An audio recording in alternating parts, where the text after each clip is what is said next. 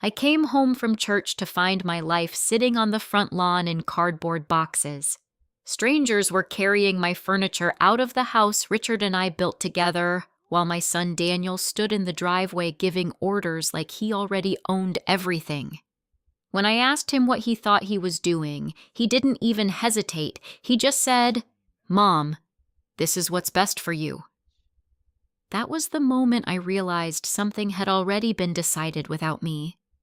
But as I stood there stunned and humiliated, one detail caught my eye: the locked guest room at the end of the hallway, still untouched. If this moment made your heart drop, I'd love to hear where you're watching from and what you would have done in my place. Don't forget to like and subscribe if stories like this speak to you, and tell me, have you ever trusted someone who thought they could take everything from you? My name is Charlotte Cole, and until that Sunday morning, I believed I understood the shape of my life. I am 68 years old, a widow for nearly 6 years, and I have lived in the same house in Franklin, Tennessee for over 4 decades. It's the kind of place people describe as solid, not just because of the brick and wood, but because of the life built inside it. My husband Richard was a contractor, the kind of man who didn't just build houses, he built things to last. He used to say, "If you're going to do something, Charlotte, do it so no one ever has to fix it again."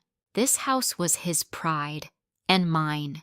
Every beam, every window, every inch of that front porch carried his fingerprints. We raised our son Daniel here. We celebrated birthdays, holidays, quiet Sunday dinners. We weathered storms, some literal, some not, and we came through them together. And then one day, I didn't. Richard's passing wasn't sudden, but that didn't make it easier. It was a slow, cruel process, watching a strong man grow weaker, quieter, more distant from the world he once commanded.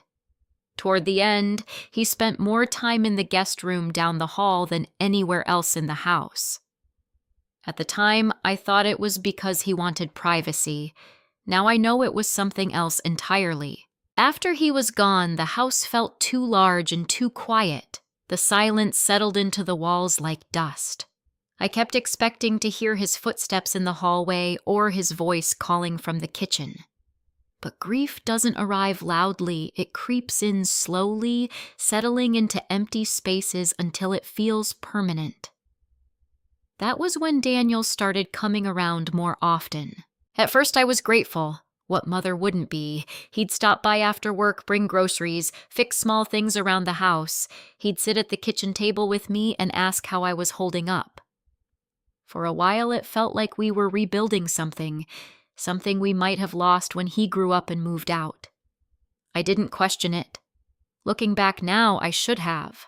Daniel has always been charming in his own way, confident, persuasive, the kind of man who knows how to say exactly what people need to hear. As a child, he could talk his way out of almost anything. As an adult, that ability only sharpened. He built a life that looked successful from the outside, a decent job, a wife, a daughter in private school. But there were cracks beneath the surface, ones I chose not to see. Because he was my son. There were times he struggled financially. He never said it outright, but I could tell. The small things gave him away: the hesitation when paying for dinner, the way he talked about temporary setbacks, the stress behind his eyes when he thought no one was looking. I helped where I could. Sometimes it was a check slipped into his hand just until things stabilize. Other times it was covering a bill he forgot or contributing to my granddaughter Lily's tuition when things got tight. I never kept track. I didn't need to. That's what mothers do. Melissa, his wife, was a different story. She was always polite, carefully so. Every word measured, every smile just a little too perfect. She called me Charlotte instead of Mom even after all these years. It never quite bothered me enough to mention, but it never felt right either. There was a distance in her, something controlled and deliberate. She was never openly unkind, but she was never warm. Over time, I started noticing small changes.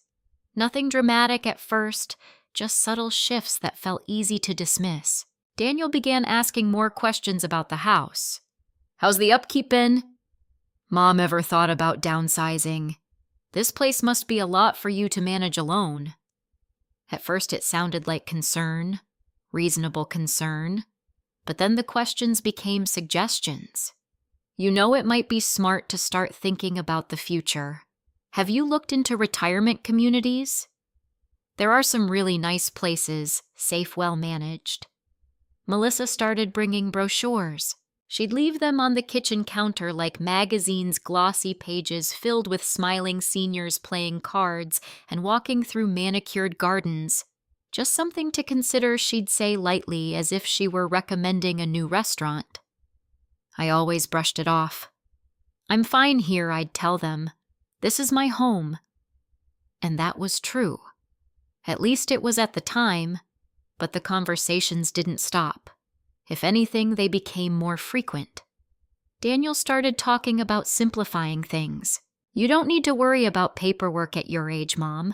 I can help manage your finances. It's just about making things easier for you." Easier! That word came up a lot. At some point, I let him help with small things, paying a utility bill online, organizing some paperwork, making a few phone calls on my behalf. It seemed harmless, practical even, but slowly, almost without noticing, I found myself stepping back while he stepped in. He started picking up my mail to save me the trouble. He'd remind me about appointments I didn't remember making. He'd correct me gently when I forgot small details. "Mom, you told me that already. Mom, we talked about this last week. Mom, are you sure you're keeping track of things?" At first I laughed it off, but after a while it started to sit differently. There was one afternoon, I remember it clearly, when I misplaced my reading glasses. I found them 5 minutes later on the coffee table right where I'd left them, but Daniel had already turned it into something else. "You've got to be careful," he said, shaking his head. "These little things can add up." Melissa nodded quietly beside him, her expression unreadable. It wasn't what they said. It was how often they said it, and how it made me feel, like I was slowly becoming someone I didn't recognize. Still, I didn't fight it. I didn't push back. Because somewhere deep down I told myself they were just worried. That's what good children do, right? They worry. But worry doesn't whisper about timing. It doesn't stop mid-sentence when you walk into the room. One evening, about 3 months before the movers showed up, I came into the kitchen and found Daniel and Melissa standing close together, speaking in low voices. "Before she changes her mind," Melissa was saying. Daniel noticed me first. His expression shifted instantly, too quickly. "Hey, Mom," he said a little too brightly. "We were just talking about dinner." Melissa smiled, but it didn't reach her eyes. I didn't ask what they had really been discussing. I just nodded, turned toward the sink, and pretended not to notice the silence that followed. But something in me had changed. It wasn't fear, not yet. It was something quieter, a feeling that I was no longer part of the conversation about my own life. And once you feel that, truly feel it, you can't unfeel it. From that moment on, I started paying attention. Not loudly, not confrontationally, just quietly. Watching, listening, waiting, because somewhere inside me, a small voice had begun to ask a question I wasn't ready to answer yet. What exactly were they preparing me for? If you had asked me back then when the shift truly began, I wouldn't have been able to give you a single moment. It wasn't a loud change. It didn't arrive with an argument or a clear betrayal. It came quietly, layer by layer, until one day I realized I no longer felt like the owner of my own life. Daniel didn't take control all at once. He eased into it. At first, it was small things that felt almost thoughtful. He started stopping by during the week, not just weekends. Just checking in, he'd say, setting his keys down on the counter like he belonged there.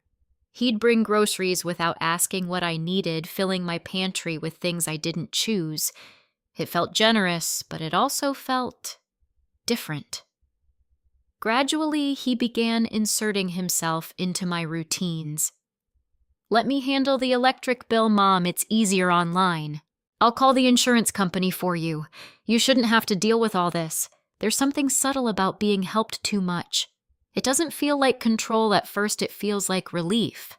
And when you're grieving when the world has already taken something from you, relief can be hard to question." So I let him. I let him sit at my kitchen table with stacks of papers I didn't fully review. I let him create folders, organize statements, make phone calls. I told myself he was being responsible, stepping up the way a good son should. But I didn't realize that every time I stepped back, he stepped forward a little more, and eventually there wasn't much space left for me at all. Melissa's role was quieter, but no less deliberate. She rarely took the lead in conversations, but she supported every one of Daniel's suggestions with calm agreement. If he said something, she reinforced it. If I hesitated, she softened the pressure just enough to make it seem reasonable. "Charlotte, we just want you to feel secure," she'd say, her voice gentle but measured. "It's not about taking anything away, it's about protecting you. Protecting me." That word began to echo in my mind the way Easier had before. Around that time, Daniel started bringing up other people, neighbors, acquaintances, distant friends. "You remember Mrs. Parker down the street?" he asked one afternoon. "Her kids had to move her into assisted living after she got confused and left the stove on." I nodded slowly. I remembered Mrs. Parker, but I also remembered that her situation had been very different. She didn't even realize what was happening. He continued, "It can come on fast, Mom. That's why it's important to plan ahead." Melissa chimed in softly. "No one ever thinks it will happen to them. They weren't accusing me of anything directly, but they didn't have to." The implication lingered long after the conversation ended. At first, I dismissed it. Then I started noticing how often those conversations happened. Every week there was another story, another example, another reminder of how fragile they believed I was becoming. It would have been easier if they had been cruel. If Daniel had raised his voice or demanded something outright, I might have pushed back. But that wasn't his way. He wrapped everything in concern, in logic, in what sounded like love. And slowly, it began to change how I saw myself.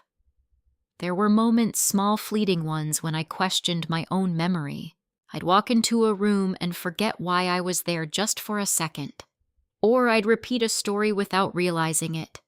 Ordinary things. Human things. But Daniel never treated them as ordinary. "Mom, you already told me that," he'd say, with a tight smile. "You might want to start writing things down." One afternoon, I misplaced my purse. I found it 10 minutes later on a chair by the door, but in those 10 minutes, Daniel had already turned it into something bigger. "That's exactly what I'm talking about," he said, shaking his head. "You can't afford to be careless." Careless. The word stung more than I expected. Because I wasn't careless. I was grieving. There's a difference. But he blurred that line so gently, so consistently, that it became harder to hold on to the truth. Eventually, I noticed something else. He had started collecting information. Not in an obvious way, but carefully, methodically. He'd ask about my accounts. "How many banks are you using? Where do you keep your important documents?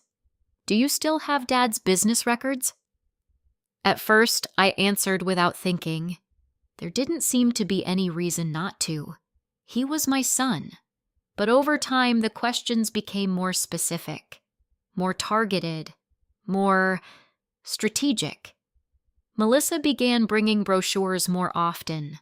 Retirement communities, assisted living facilities, places with smiling faces and polished floors and promises of safety. She'd leave them on the counter or slide them across the table during lunch. Just something to consider, she'd say. One day she pointed to a page showing a bright, cheerful apartment. "Look at this, Charlotte," she said. "It's beautiful. And you'd have people around you all the time. You wouldn't have to worry about being alone." Alone. That word used to mean something very different. After Richard died, being alone had felt like a hollow ache and emptiness I couldn't escape. But over time, I had learned to live with it, even find peace in it. Now Daniel and Melissa were trying to redefine it. They were turning my independence into a problem, something that needed to be solved. I began to feel like I was being quietly repositioned, not as the woman who owned the house, but as someone who was simply passing through it. There was one evening that changed everything for me. It wasn't dramatic. No raised voices, no confrontation, just a moment. I had gone into the kitchen to get a glass of water. The lights were dim and I could hear Daniel and Melissa talking in low voices near the back door. "We can't wait too long," Melissa said. "I know," Daniel replied. "But we need the paperwork lined up first. And what if she refuses?" There was a pause. Then Daniel said something that made my heart stop. "She won't. Not if we handle it right." I stood there just out of sight, my hand gripping the edge of the counter. For a moment, I considered stepping forward, asking them directly what they meant. But something in me held back, because I wasn't sure I wanted to hear the answer. Instead, I made a small noise just enough to let them know I was there. The conversation stopped instantly. When I stepped into the light, Daniel turned toward me with a smile that came too quickly. "Hey, Mom," he said. "You okay?" Melissa nodded politely, her expression composed. I forced a smile of my own. "I'm fine," I said, but I wasn't. Not anymore. That night I lay awake in my bed, staring at the ceiling, replaying their words over and over again. We need the paperwork lined up. What if she refuses? She won't. It wasn't concern. It wasn't care. It was a plan, and for the first time I understood something that should have been obvious long before I was not part of that plan. From that moment on, I stopped assuming, stopped dismissing, stopped explaining things away. I didn't confront them. I didn't accuse them. I simply did something I should have done sooner. I started paying attention. Quietly. Carefully. Because whatever they were preparing for, I had a feeling it wasn't going to be as simple as they thought. And something deep inside me whispered a truth I could no longer ignore. If I didn't understand what they were doing, I might lose more than just my house. The guest room sits at the far end of the hallway past my bedroom and just before the narrow window that looks out over the side yard. It has always been the quietest room in the house. Even when Daniel was a child and ran up and down those halls with more energy than sense, he rarely went in there. Richard liked it that way. "It's my thinking room," he used to say, with a half smile, tapping the door frame as if it were something alive. Back then, it held a simple bed, a dresser, and a desk that had seen better days. But over time, especially during the last year of Richard's life, it became something else entirely. He moved his papers in there. At first, I didn't think much of it. Richard had always been organized, always kept records of his work contracts, invoices, permits, receipts. But as his health began to decline, the way he handled those papers changed. He became more deliberate, more private. He installed a lock on the door. I remember asking him about it one evening while he was sitting at the kitchen table going through a stack of documents. "A lock," I said, raising an eyebrow. "What are you hiding in there, Richard?" He looked up at me, not amused, but not entirely serious either. "Nothing I'm hiding. he said. "Just something I want kept in order." That was Richard's way. He didn't over-explain. He didn't dramatize. When he said something mattered, it mattered, and I trusted him. During those final months, he spent hours in that room. Sometimes I would pass by and hear the soft sound of papers shifting drawers, opening and closing, the quiet rhythm of someone putting things in place. Other times there would be silence, long stretches of it. Once I knocked gently on the door. "Richard," I called. "Do you need anything?" There was a pause before he answered. "No, sweetheart. I'm just finishing something up." I didn't press. Looking back now, I wonder what exactly he was finishing. The last time we spoke about that room directly was just a few days before he passed.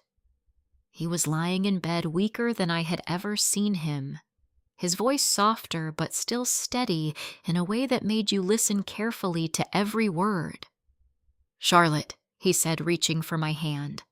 I sat beside him, trying to hold myself together. "Yes, Richard.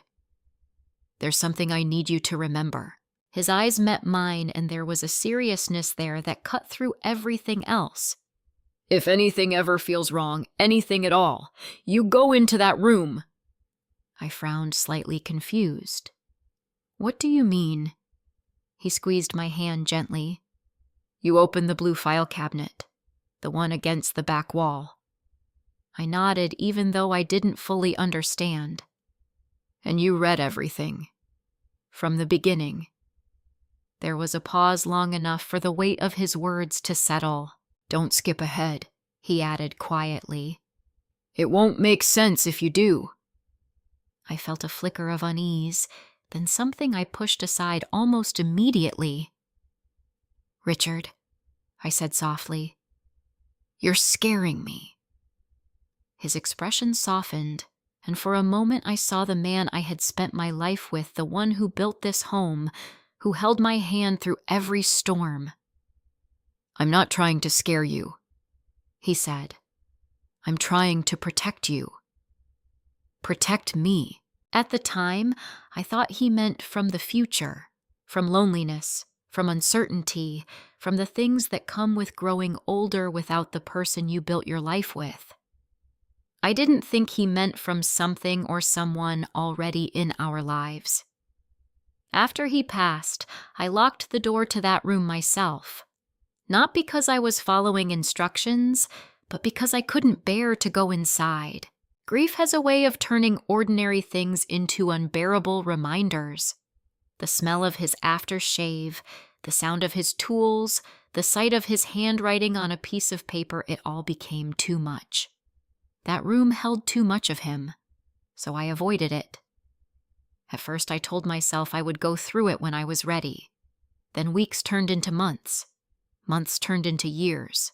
And eventually, the room became something else in my mind, not just a place filled with memories, but a place I didn't fully understand. Daniel asked about it once. "Hey, Mom," he said casually, leaning against the kitchen counter. "What's in the guest room these days? I haven't seen you go in there in forever." "Just your father's old things," I replied, keeping my tone light.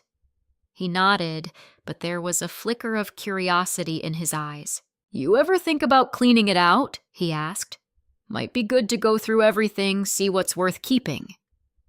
"Not yet," I said simply. He didn't push. At least not then. But over time, I noticed how his gaze lingered down the hallway whenever he visited. How his attention would drift toward that closed door as if it were something unfinished. Melissa, on the other hand, barely acknowledged it. If anything, she seemed to treat it as irrelevant, just another part of the house that didn't matter. And that was the assumption they both made, that whatever was in that room was old, outdated, unimportant, something that could be sorted through later once everything else had been handled. They thought it was just a room, just storage, just memories I couldn't face. And maybe in a way that's exactly what Richard wanted them to think. Because the truth is, I didn't open that door, not when Daniel started asking questions, not when Melissa brought brochures, not even when I overheard them talking about timing and paperwork. I told myself I needed more proof, more certainty. But deep down, I think I already knew something wasn't right. I just wasn't ready to confirm it. There's a kind of fear that comes with knowing the truth might change everything. Once you see it, you can't go back. You can't pretend. You can't explain it away. And I had spent a lifetime believing in my son, believing that whatever flaws he had, whatever mistakes he made, he would never cross a line he couldn't come back from. So I kept the door closed. Not because I forgot what Richard told me, but because I was afraid he might have been right. And if he was right, then the problem wasn't out there somewhere in the world. It was already inside my home, already part of my life, already wearing a familiar face. That morning, the morning I came home from church and saw my belongings scattered across the lawn, that door was still closed, still locked, still waiting. Daniel had opened every cabinet, every drawer, every room he thought mattered. He had planned everything carefully, or so he believed. But he never touched that door, never questioned it, never even tried. Because in his mind, it didn't matter. It was just the guest room. Just an old space filled with things no one needed anymore. And as I stood there in the driveway watching strangers carry pieces of my life out of my house, I realized something with a clarity that sent a chill through me. The one place he ignored was the only place that could stop him. If there is one thing I have learned about betrayal, it is this. It rarely feels real in the moment it happens. Even as I stood there in the driveway watching my furniture being carried past me like I no longer existed, part of my mind kept trying to make sense of it in a way that didn't hurt as much. There must be a misunderstanding. Daniel wouldn't do this to me. Not like this. But Daniel wasn't hesitating. "Careful with that," he called out to one of the movers, gesturing toward a box labeled kitchen. "That one goes in the truck last." His voice was steady, confident. The voice of someone completely certain of his authority. I stepped forward, my heart pounding so loudly I could barely hear myself speak. "Daniel, what is this?" He turned toward me slowly, as if he had expected the question but not the tone. "Mom," he said, exhaling like this was already exhausting for him. "We talked about this." "No, we hadn't. Not like this." Talked about what I asked, my voice sharper now. He walked a few steps closer, lowering his voice as if we were having a private conversation despite the strangers moving through my home behind him. "You can't keep living here alone," he said. "It's not safe anymore." "We've been over this." My chest tightened. "Safe," I repeated. "I went to church for 2 hours, Daniel. I came back and my house is being emptied." "It's not just about today," he replied, his tone firm. "It's about the bigger picture." There it was again, that calm certainty, that quiet assumption that he was the one who got to decide what my life looked like. I looked past him into the house. My house. 2 men were carrying out the small wooden table Richard had built for our breakfast nook. I felt something inside me twist as I watched them maneuver it through the doorway without a second thought. "Put that down," I said instinctively. They hesitated, glancing at Daniel. "It's fine," Daniel said quickly. "Keep going." They continued walking. Something cold settled in my chest. "You didn't ask me," I said slowly. Daniel's expression shifted just slightly. "Mom, we tried," he said. "You just wouldn't listen." "I didn't agree," I corrected. "That's because you're not seeing things clearly." He shot back, his patience thinning. "That's the whole point." The words hit harder than anything else. Not seeing things clearly. It wasn't just about the house anymore. It was about me, about who he believed I was becoming, or maybe who he needed me to be. Melissa stood a few feet away, arms crossed loosely, watching everything unfold. Her expression was carefully neutral, just enough concern to appear sympathetic, but not enough to interfere. "Charlotte," she said gently, stepping forward, "we're just trying to make this transition easier for you." "Transition?" I turned to look at her. "What transition?" I asked. She hesitated for half a second before answering. "To the assisted living community," she said. "Daniel already found a place. It's very nice. Clean, secure, full staff." "You chose a place?" I interrupted, my voice rising. Without me, Daniel stepped in before she could answer. "We had to move quickly," he said. "These things take time to arrange." "No," I said, shaking my head. "They take permission." For the first time, something flickered across his face. Irritation, maybe even frustration. "Mom, you're not being reasonable," he said. "We've been trying to talk to you about this for months." "Talking is not the same as deciding," I replied. Behind us, another box was carried out, this one labeled bedroom. My bedroom. I watched as it was placed beside the others on the lawn, stacked neatly like pieces of a life already packed away. That was when I noticed it. Not something in front of me. Something missing. My eyes moved past the living room, down the hallway toward the far end of the house. The guest room door. Still closed. Still locked. Untouched. A strange, steady calm began to replace the chaos in my chest. Daniel followed my gaze for a moment, then looked back at me. What he asked, impatient now. I didn't answer right away. Instead, I turned slowly, taking in everything around me. The movers, the boxes, my neighbors beginning to gather at a distance, whispering, and then a familiar voice behind me. "Charlotte." I turned to see Pastor James stepping out of his car, Evelyn just behind him. Their expressions shifted instantly when they saw the scene. "Oh, my Lord," Evelyn murmured. Pastor James walked toward us quickly, his calm demeanor now edged with concern. "What's going on here?" he asked, looking between me and Daniel. Daniel straightened slightly, adjusting his tone. "We're just helping my mother transition to a safer living situation," he said. "It's all under control." "Under control," Evelyn repeated, her voice rising. "It looks like you're emptying her house." Daniel's jaw tightened. "We're handling a family matter," he said. Pastor James looked at me, not him.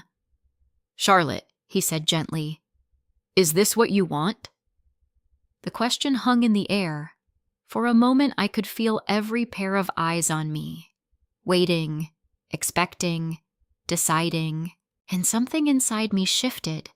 All the confusion, the doubt, the quiet fear that had been building for months, it didn't disappear, but it settled, focused. "No," I said. My voice wasn't loud, but it was steady. "This is not what I want." The silence that followed felt heavier than anything else that had happened that morning. Daniel let out a slow breath, running a hand through his hair. "Mom, please don't do this," he said, his tone dropping into something almost pleading. "We're trying to help you." "No," I said again, more firmly this time. "You're trying to move me out of my own home. That's because you can't stay here," he snapped, the frustration finally breaking through. "You're not thinking clearly, and I'm not going to stand by and let something happen to you."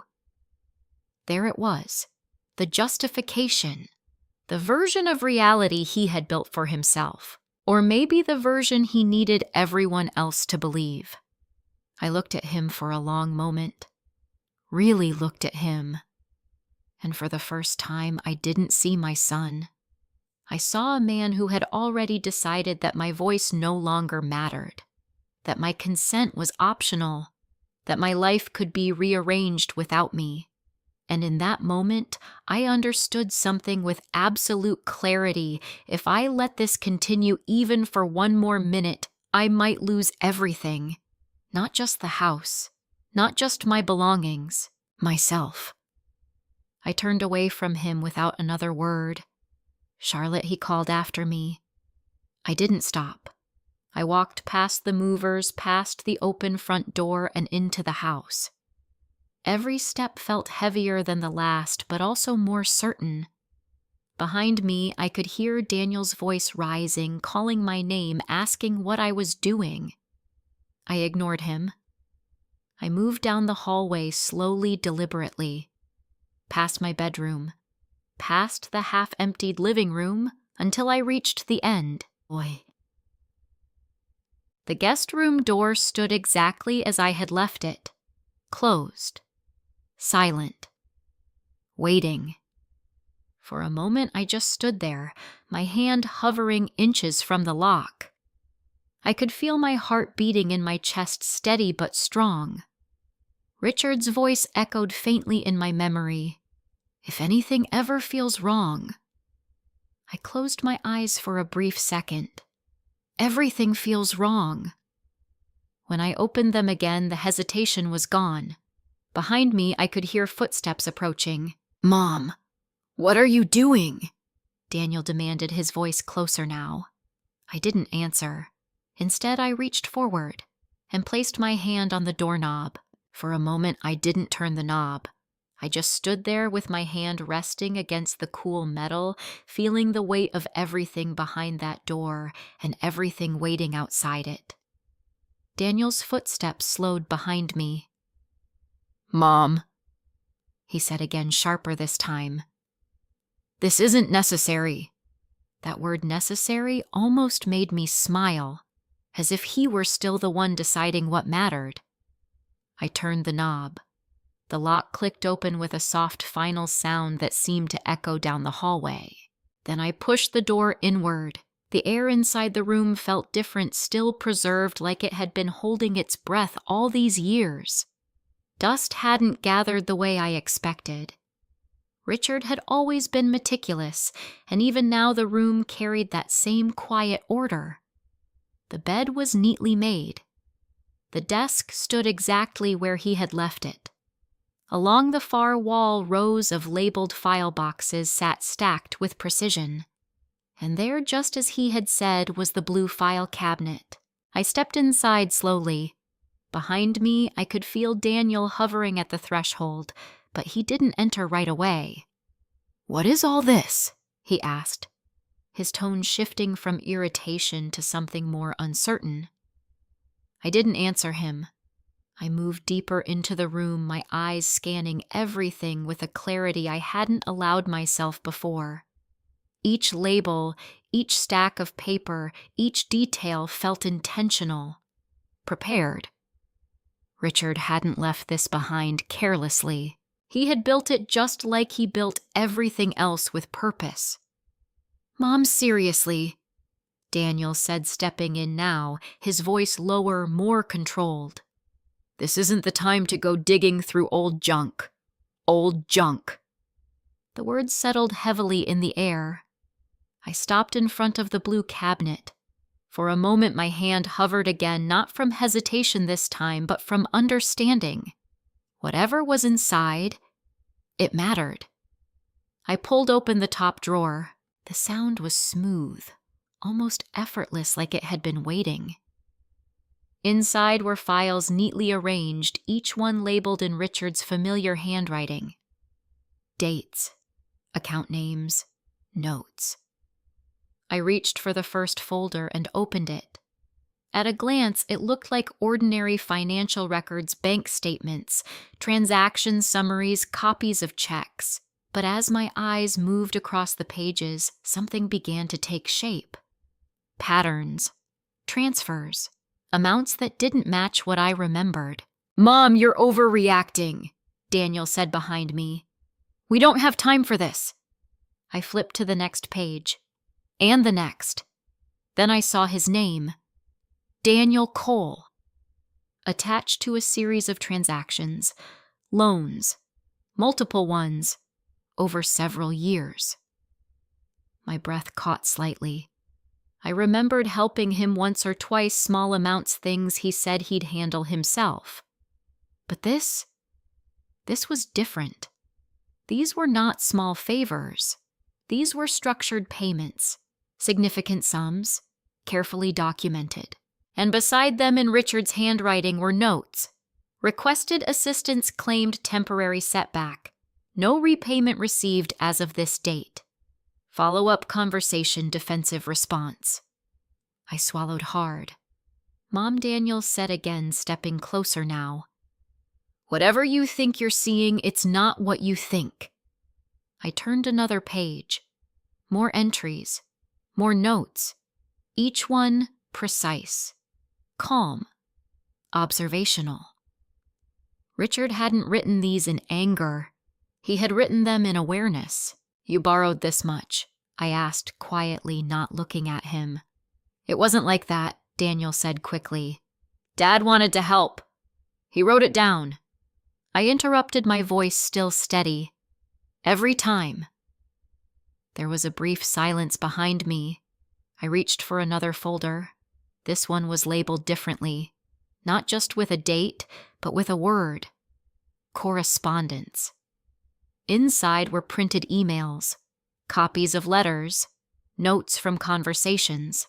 I skimmed the first few pages, my heart beginning to beat faster, not with panic, but with something sharper. Understanding. There were messages from Daniel, polite at first, then more insistent. Discussions about planning ahead, questions about property ownership, suggestions about transferring assets before it becomes complicated. My chest tightened. These weren't recent. They were from years ago, from when Richard was still alive, from when he was vulnerable. Mom, you're taking this out of context, Daniel said, his voice rising slightly. We were just trying to figure things out back then, while he was sick. I asked, finally turning to look at him. His expression faltered. Just for a second. And that was enough. I turned back to the file. More notes. Richard's handwriting again, this time more detailed. Daniel raised subject of early transfer again today, expressed concern about Charlotte's ability to manage alone. Timing feels deliberate. Timing. The same word I had overheard months ago in my kitchen. It wasn't new. It had just been waiting. I felt something shift inside me, not breaking, not collapsing, but aligning.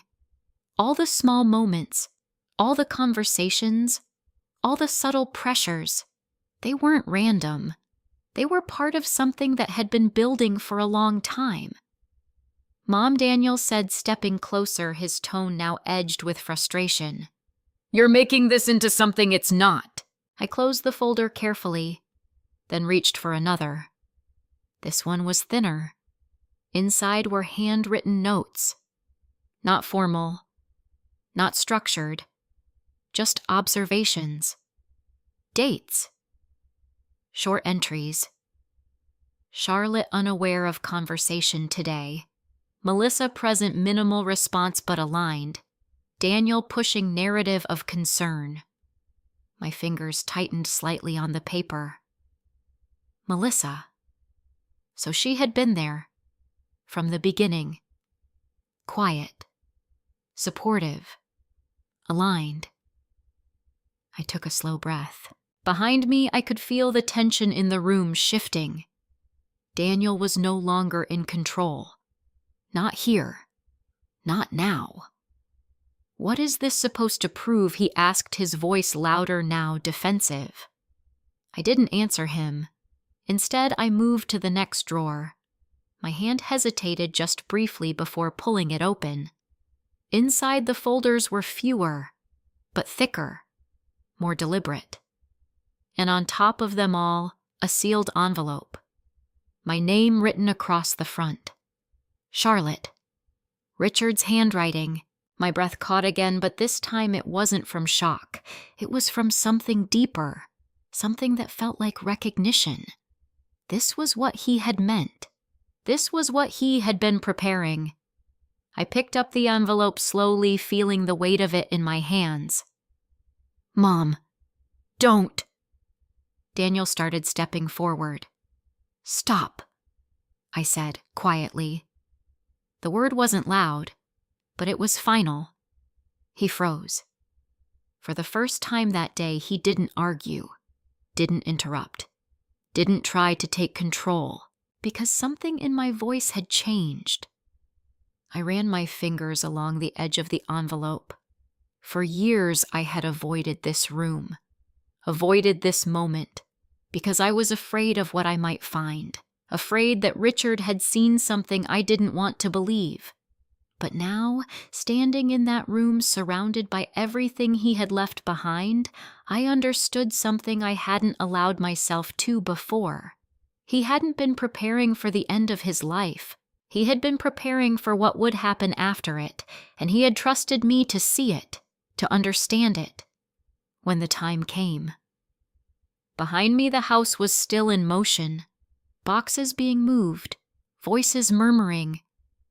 But in this room, everything had gone still. I looked down at my name one more time. Then, without another word, I opened the envelope. The envelope opened more easily than I expected. For something that had waited years to be read, it didn't resist. The paper inside slid into my hands with a quiet, almost deliberate ease, as if Richard had always known this moment would come exactly when it needed to. My fingers trembled slightly, not from fear, but from the weight of recognition. I unfolded the letter. Richard's handwriting was steady, clean, familiar. For a second, I couldn't read it. Not because I couldn't see the words, but because seeing his handwriting again after all this time felt like reopening something I had carefully kept closed. "Mom," Daniel said behind me, his voice low now, uncertain. I held up a hand without turning around. "Don't," I said softly, and this time he listened. I lowered my eyes back to the page. "Charlotte, if you're reading this, then something has already happened, or something is about to." The words settled into me slowly. "I hope I'm wrong. I hope you never need this. But if I'm right, then I need you to trust me the way you always have." My throat tightened. I kept reading. There are things I didn't say out loud while I was alive, not because I didn't want to, but because I didn't have proof I could put in your hands, and without proof I knew you would defend him. Him. Richard didn't write Daniel's name. He didn't have to. My chest felt heavy, but I didn't stop. I started noticing changes long before you did. Small things at first, questions that didn't feel like questions, conversations that circled the same ideas again and again, concern framed as urgency. I swallowed slowly. Every word felt precise, measured.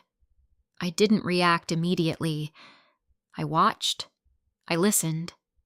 I waited. That was Richard, always patient, always deliberate. What I found isn't something I'm proud to write, but it's something you deserve to know. I turned the page.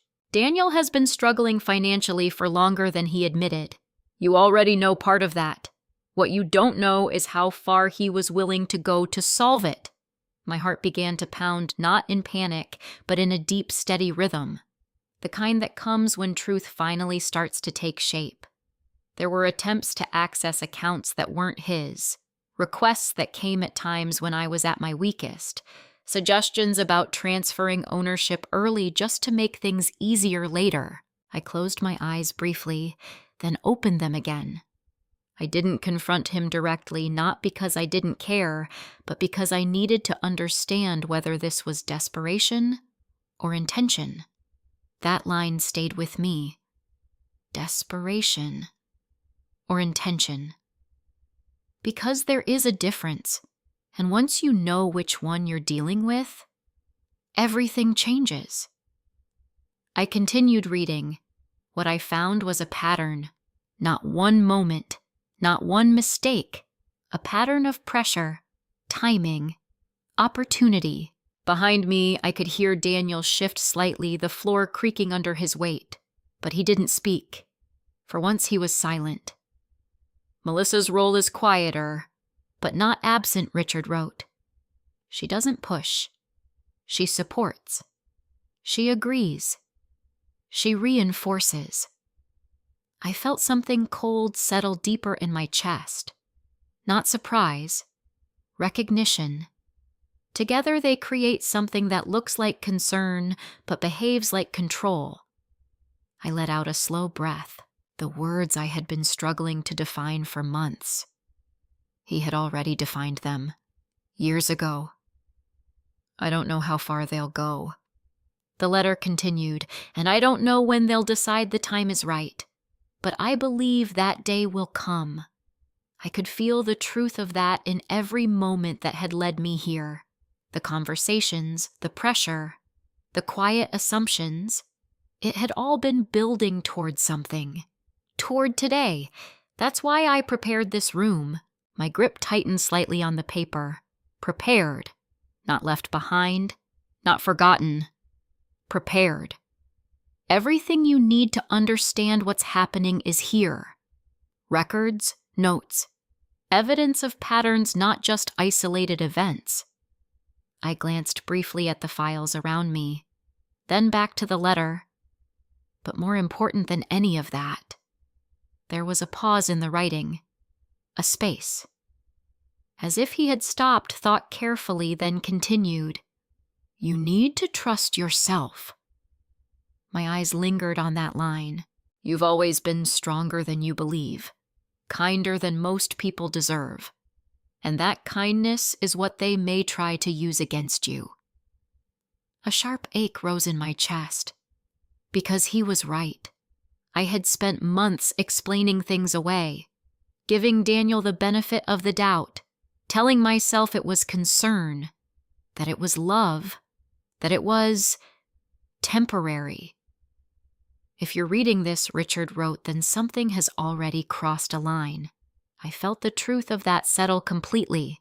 The line wasn't approaching. It had already been crossed. Don't argue with him. Don't try to convince him. By the time it reaches that point, he's already convinced himself he's right. Behind me, Daniel let out a quiet breath, almost like he knew. Instead, the letter continued, You show the truth to the right people. Laura, the attorney, Pastor James, witnesses. Everything was already aligning. Richard had thought this through, carefully, completely. And Charlotte, my throat tightened again. This is the part that matters most. I read the next line slowly. Loving someone does not mean letting them take from you what you have a right to keep. Tears filled my eyes, but they didn't fall. Because this wasn't sadness. Not anymore. It was clarity. If Daniel chooses to cross that line, Richard wrote, then you don't follow him across it. I closed my eyes briefly, then opened them again. You stay where you are. You stand your ground. And you let the truth do what it was always meant to do. The letter ended simply. No dramatic closing, no final warning, just his name. Richard. I lowered the paper slowly. For a moment, the room was completely silent. Then, what is that supposed to mean? Daniel's voice cut through the stillness, tight and controlled. I didn't turn around right away. I folded the letter carefully, placing it back into the envelope. Then I set it on top of the cabinet. Only then did I face him. His expression had changed. The confidence, the certainty, it was still there, but something else had crept in. Something smaller. Something harder to hide. Unease. You tell me, I said quietly. His jaw tightened. That's just Dad being paranoid, he said quickly. He was sick, Mom. You know that. No, I replied, my voice steady. He was paying attention. Daniel shook his head, letting out a short, frustrated laugh. "This is ridiculous," he said. "You're really going to believe a bunch of old papers over your own son?" I held his gaze, and for the first time that day, I didn't feel unsure. I didn't feel confused. I didn't feel like I needed to explain myself.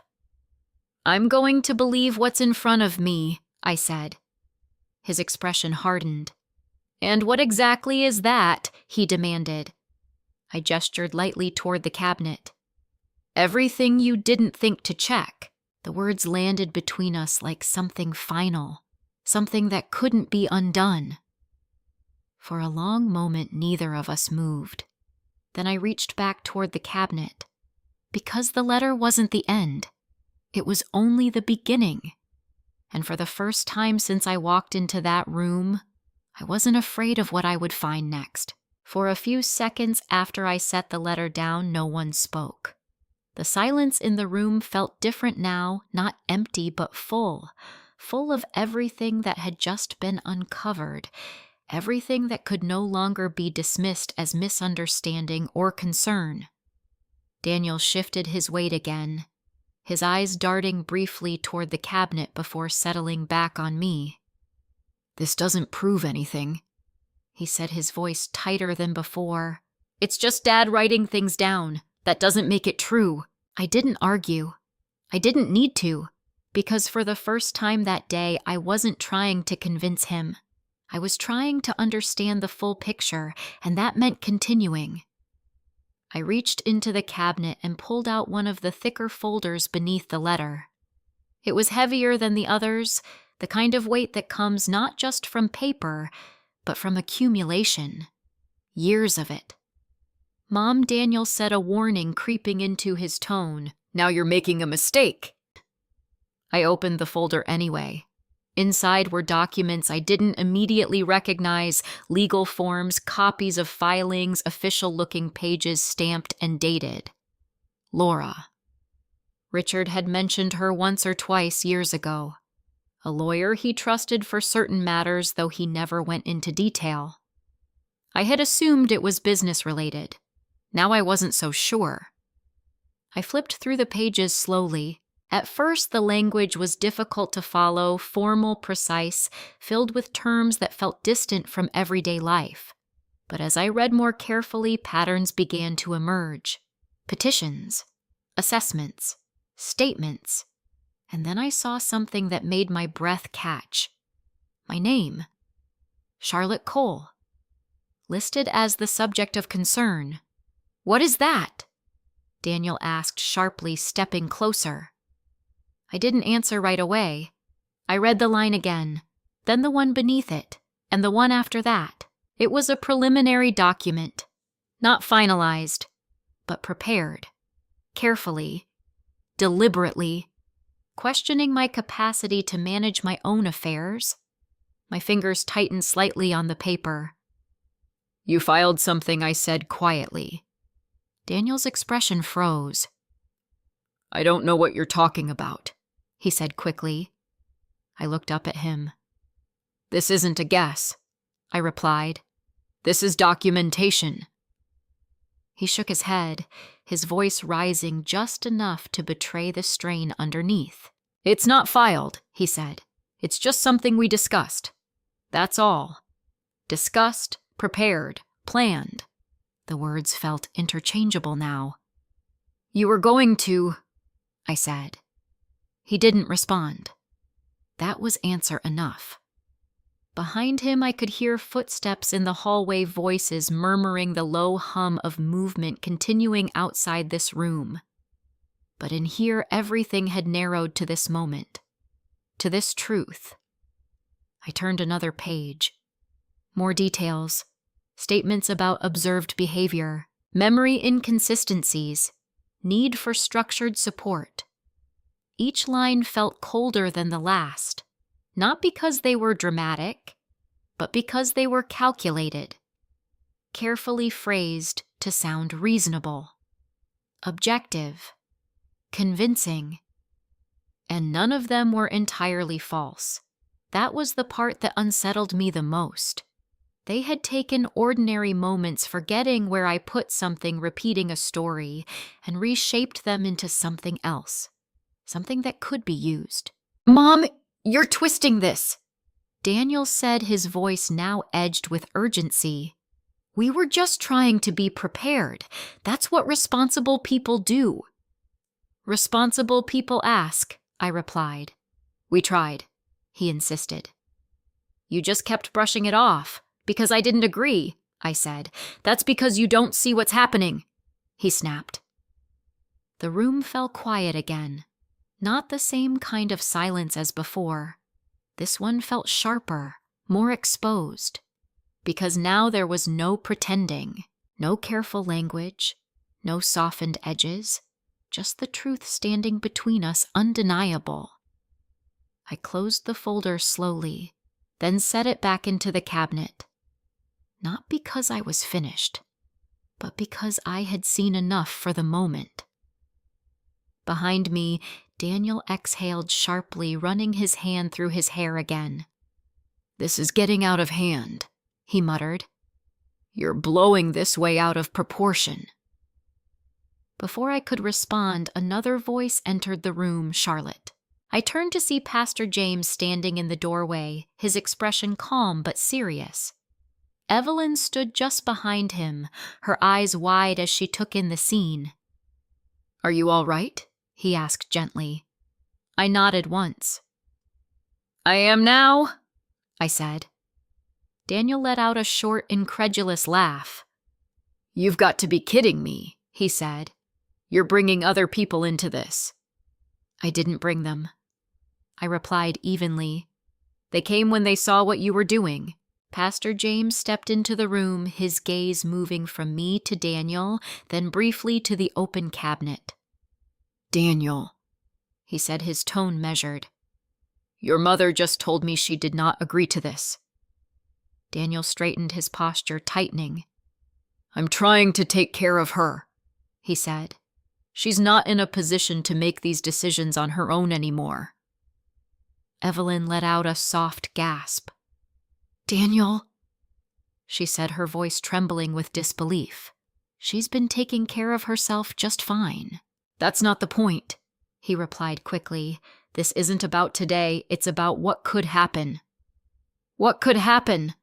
I repeated. The phrase echoed in the room.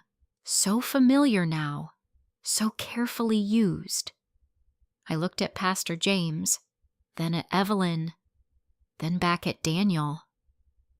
"You've already decided that I'm incapable," I said. "Haven't you?" Daniel didn't answer.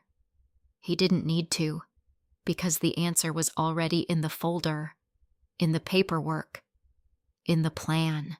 Pastor James stepped forward slightly, his voice calm but firm. "Daniel," he said, "if there are legal concerns, they need to be handled properly with full transparency. Not like this. This is proper," Daniel insisted. "You just don't understand." No, Pastor James interrupted gently. "I understand enough to know that removing someone from their home without their consent is not the right way to begin." Daniel's jaw tightened again. For the first time that day, he looked cornered, not defeated, not yet, but no longer in control. I felt something shift inside me again. Not anger, not even relief. Something steadier, stronger. For months I had been reacting quietly, cautiously, trying to make sense of something that didn't feel right. Now I wasn't reacting anymore. I was standing. I reached for the envelope again, resting my hand lightly on top of it.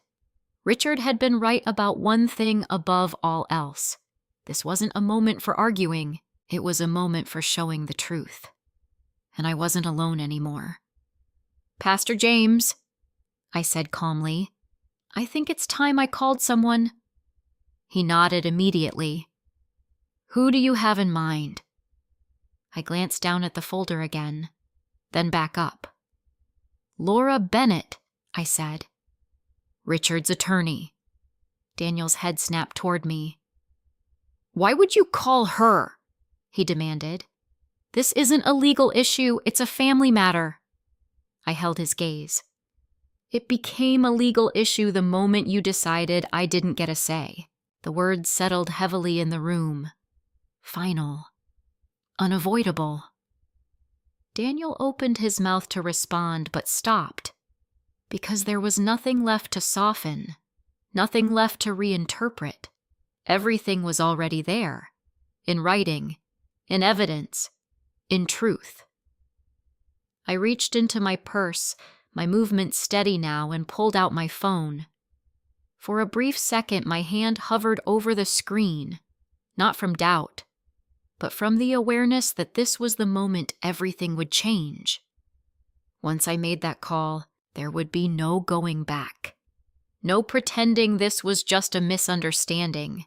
No quiet resolution behind closed doors. Only truth. Only consequences. Behind me, Daniel shifted again.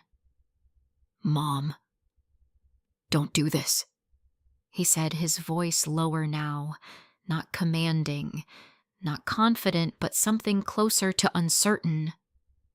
I didn't look at him. I didn't answer. Instead, I pressed the call button, and as the phone rang, one clear thought settled into place. Whatever happened next, I was no longer the one being moved. The line rang twice before a calm, steady voice answered. "Laura Bennett." For a moment, I didn't speak. Not because I didn't know what to say, but because saying it out loud would make everything real in a way it hadn't been just seconds before. "Laura," I said finally, my voice even. "This is Charlotte Cole." There was a brief pause. "Mrs. Cole," she replied, her tone shifting slightly more attentive now. "It's been a long time. Is everything all right?" I glanced around the room, the open cabinet, the files, Daniel, standing just a few feet away, trying to pretend he wasn't listening. "No," I said simply, "it's not." Another pause. Longer this time. "Tell me what's happening," she said. I didn't rush. I didn't dramatize. I told her exactly what she needed to know. "My son brought movers into my home while I was at church," I said. "He's in the process of removing my belongings without my consent. I've just found documentation in my late husband's records documents that suggest he's been preparing to question my capacity and possibly take control of my assets." Silence followed. Not confusion. Not disbelief. Assessment. "Are you safe right now?" Laura asked. "Yes," I said. "I'm not alone." "Good," she replied. "I want you to stay exactly where you are. Don't leave the property. Don't sign anything. Don't agree to anything." "I won't," I said. "I'm going to come to you," she continued. "Give me 30 minutes. "Thank you," I said quietly. The call ended. For a moment, I held the phone in my hand, staring at the blank screen. 30 minutes. It didn't sound like much, but it felt like a line had just been drawn. Behind me, Daniel exhaled sharply. "This is unbelievable," he muttered. "You actually called a lawyer." I turned to face him. "You were preparing paperwork about me," I said. "What did you expect?" "That's not the same thing," he snapped. "No," I replied calmly. "It's not. Because I'm not doing this behind your back." The words landed harder than I intended, but they were true. Daniel shook his head, pacing now, his movements restless. "You're blowing this way out of proportion," he said. "We were trying to help you, and now you're turning it into some kind of legal battle."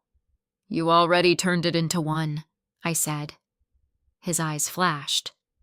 "For your own good," he insisted. I didn't respond, because that phrase, "for your own good," had lost whatever meaning it once had.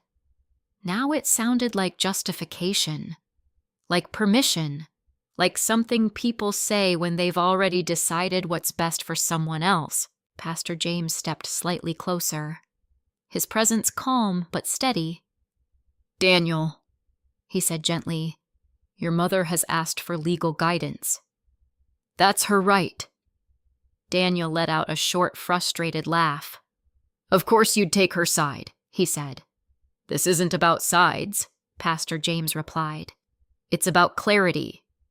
Evelyn nodded quietly beside him, her arms folded tightly across her chest. "It never should have gotten this far," she added softly. Daniel didn't answer.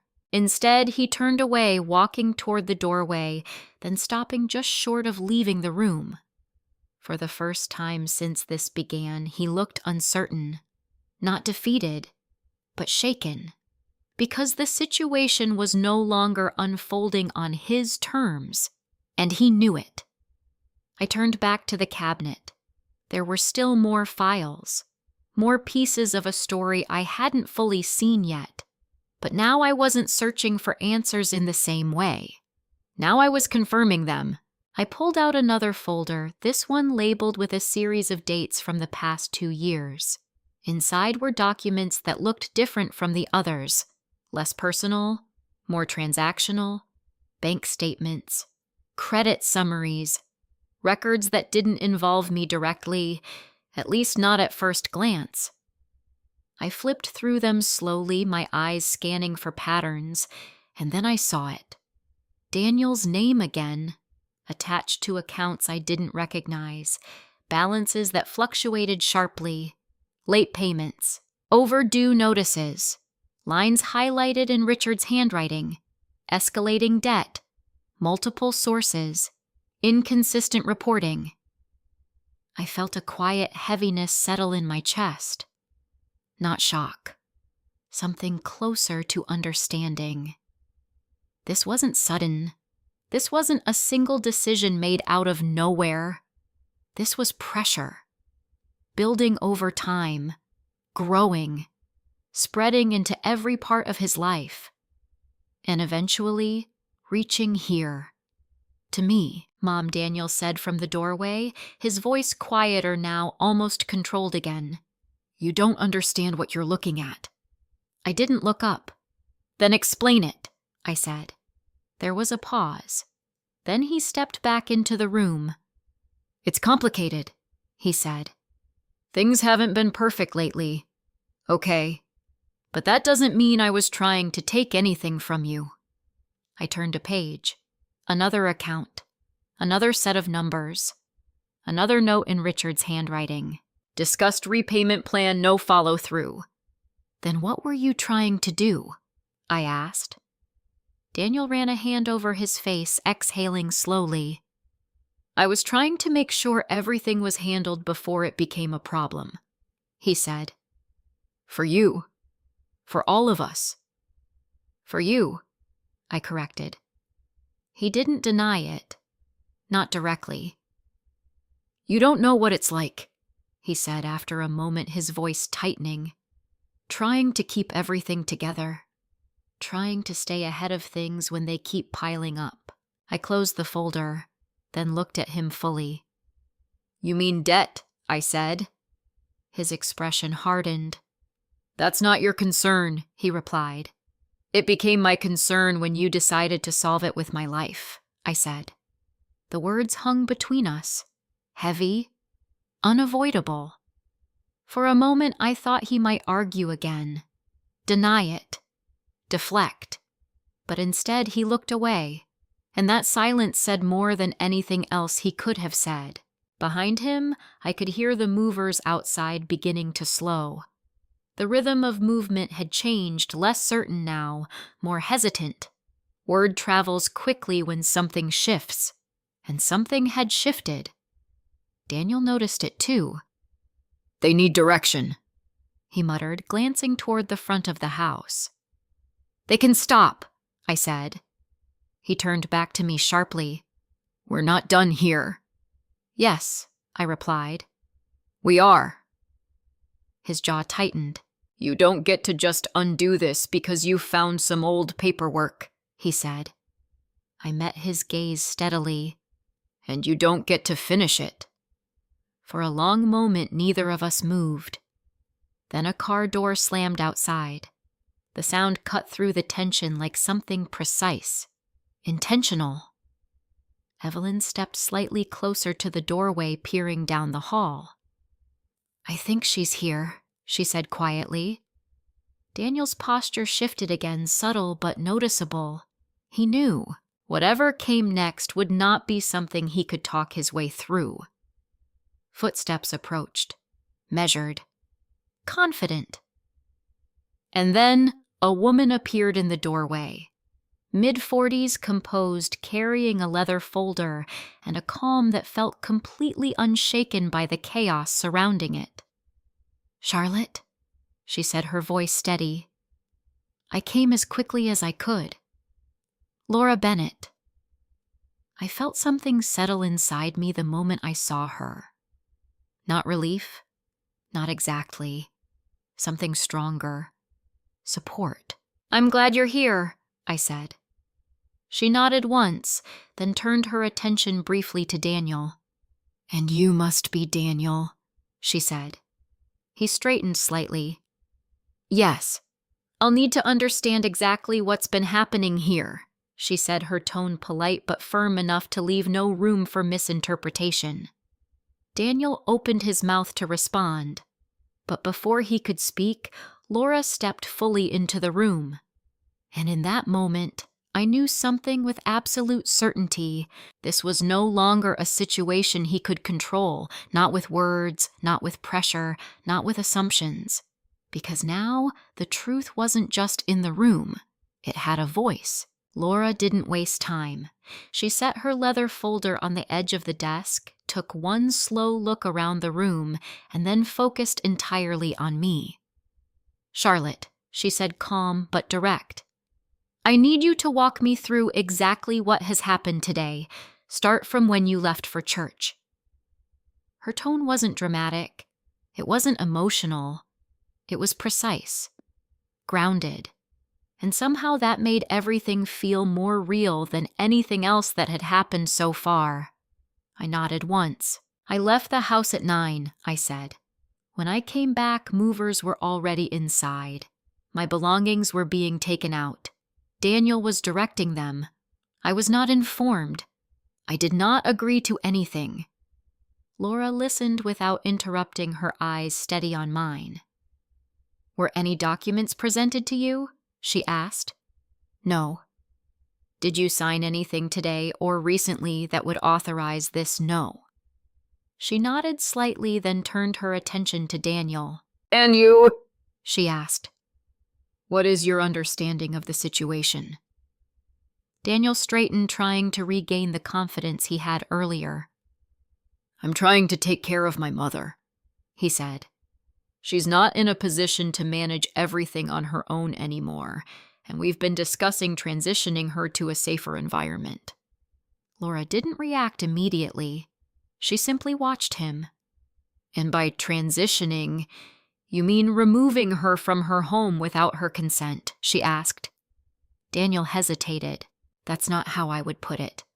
That's how the law would put it," Laura replied evenly. The room fell silent. Not the kind of silence filled with confusion. The kind that comes when something undeniable has just been said out loud. Daniel shifted his stance slightly, crossing his arms. "This is a family matter," he said. "It doesn't need to be turned into something bigger than it is." Laura tilted her head just slightly. "Daniel," she said, her tone still calm, "the moment you involve removal of property, potential incapacity claims, and third-party services without consent, it is no longer just a family matter." His jaw tightened. Behind him, I could see Evelyn watching closely, her expression a mix of concern and disbelief. Pastor James remained still, his presence quiet but unwavering. Laura turned back to me. "Charlotte, she said you mentioned you found documentation." I nodded and gestured toward the cabinet. "In there," I said. She stepped forward and began reviewing the files carefully. Not rushing, not reacting, just reading, turning pages, taking in details. Every movement she made felt deliberate, like someone assembling a picture piece by piece. After a few minutes, she exhaled slowly. Then she looked up. "Where did these come from?" she asked. "My husband," I said. "Richard." She nodded. "He was thorough," she said. That was the first hint of something beyond neutrality. Respect. She turned to Daniel again. "Did you know these records existed?" she asked. Daniel shook his head quickly. "No. And honestly, I don't see what they have to do with what's happening now." Laura held his gaze for a moment. "They have everything to do with it," she said. Daniel opened his mouth to respond, but she continued before he could. "These documents show a pattern," she explained. "Financial requests, pressure regarding asset transfers, early discussions about capacity. This is not isolated behavior." "It's being taken out of context," Daniel said sharply. "My father knew I was going through a tough time." Laura didn't argue that point. Instead, she asked a different question. "And your current financial situation," she said. Daniel hesitated. "That's not relevant." "It becomes relevant when your actions directly impact your mother's assets," Laura replied.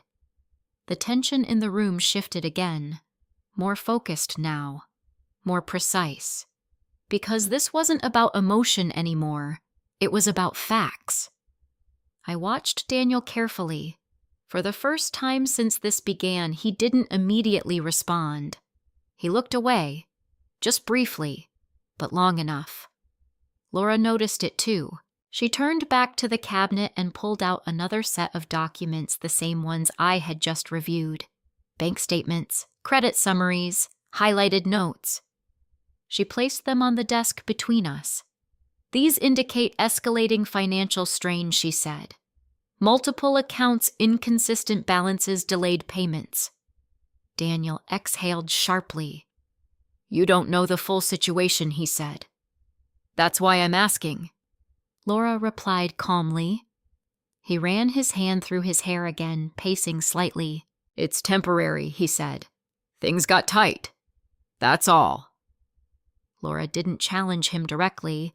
She didn't need to, because the evidence was already there, not exaggerated, not emotional, just consistent. She turned to me again. "Charlotte," she said, "has Daniel discussed these financial issues with you recently?" I shook my head. "No." Daniel's voice cut in quickly. "That's because I didn't want to worry her." I looked at him. "You weren't worried about me when you brought strangers into my house," I said quietly. He didn't answer. Laura let that moment sit. Then she spoke again. "Daniel," she said, "did you initiate any legal process to question your mother's capacity?" He hesitated. Just for a second. But it was enough. "I looked into it," he said finally. "That's all." Laura nodded slightly. "And did you prepare documentation?" He didn't answer immediately. "Yes," he said. The word landed heavily in the room. Evelyn inhaled sharply. Pastor James closed his eyes briefly, then opened them again. I didn't react outwardly, but inside, something settled. Final. Clear. Laura folded her hands lightly in front of her. "Thank you for your honesty," she said. Daniel let out a frustrated breath. "I wasn't trying to do anything wrong," he said. "I was trying to prevent something worse." "What exactly?" Laura asked. He gestured vaguely. "A situation where she can't take care of herself anymore, where something happens and no one is prepared." Laura considered that for a moment. Then she spoke. "Preparation," she said, "does not involve removing someone's autonomy without their consent." Daniel's expression hardened again. You're making it sound like I'm some kind of criminal. I'm explaining the implications of your actions, she replied. There was no accusation in her tone, just clarity. And that clarity was more powerful than anything else in the room. I looked down at my hands for a moment, then back up. Richard paid off one of your debts, didn't he? I asked quietly. Daniel froze. The question caught him off guard. That was years ago, he said quickly. It's not relevant. You told me you handled it yourself, I said. He didn't respond, because there was no way to explain that. Not without unraveling everything else. Laura glanced between us, then back at the documents. That aligns with what I'm seeing here, she said. Daniel turned toward her sharply. So, what he said. People help their kids. That's not a crime. No, Laura said. It's not. She paused, then added, but misrepresenting your situation while positioning yourself to gain control over their assets becomes something else entirely. The words settled like weight. Not dramatic, not exaggerated, just accurate. Daniel looked at me again, and for the first time there was something different in his expression. Not confidence, not control, something closer to realization that this wasn't going to unfold the way he expected, that the assumptions he had relied on were no longer holding. Outside, the sound of the movers had nearly stopped. Inside, everything had come to a standstill. Laura closed the folder gently, then looked at both of us. This situation is going to require immediate correction, she said, starting with stopping all removal of property. Daniel didn't argue. Not this time. Because he knew. The moment had shifted, and it wasn't shifting back. I stood there quietly listening, watching, understanding. For months I had felt like I was losing ground slowly, quietly, without fully knowing why. Now, for the first time, I wasn't losing anything. I was reclaiming it, piece by piece, truth by truth. And no matter what happened next, one thing was already certain. This didn't end in that driveway. It had only just begun. For a while, no one moved. It wasn't because we didn't know what to do next. It was because the direction had already changed and everyone in the room felt it. Laura stepped out into the hallway first. "Excuse me?" she called calmly, her voice carrying just enough authority to cut through the remaining activity. "We need all moving activity to stop immediately." The effect was immediate. The two men near the front door froze, one holding a half-filled box, the other halfway through lifting a chair. They looked at Daniel instinctively. For a second, Daniel didn't respond. That hesitation said everything. "Set it down." Laura added, her tone firm but not raised. "This removal is not authorized." The chair was lowered. The box was placed back on the floor. The movement that had filled the house all morning slowed, and then stopped completely. I stepped out into the hallway behind her, taking in the scene. My belongings, my life were scattered everywhere. Boxes half-packed, furniture shifted out of place, drawers open, cabinets left ajar. It looked like a home interrupted, not finished, not erased. Interrupted. Daniel followed us out, his expression tight, his movements sharp. "You can't just walk in here and shut everything down," he said, his voice low but strained.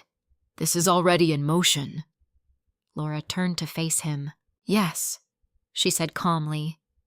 "And now, it's stopped." He ran his hand through his hair again, pacing a few steps before turning back. "This is ridiculous," he said. "We're wasting time." "No," I said quietly. "We're correcting it." He looked at me, frustration rising again. "You don't understand how complicated this is," he said. You think it's just about today, but it's not. It's about everything that comes after. I met his gaze. And you thought you could decide that alone, I said. He didn't deny it. Not this time. Laura stepped slightly closer, positioning herself between us, not physically blocking anything, but clearly establishing space. Daniel, she said, I need to ask you directly, did you schedule these movers? Yes, he said. Did you inform your mother in advance? No, he admitted. Did you have legal authorization to remove her property? He hesitated. Then, no. The words settled heavily in the air. Evelyn, who had moved closer to the doorway, covered her mouth slightly, her eyes wide.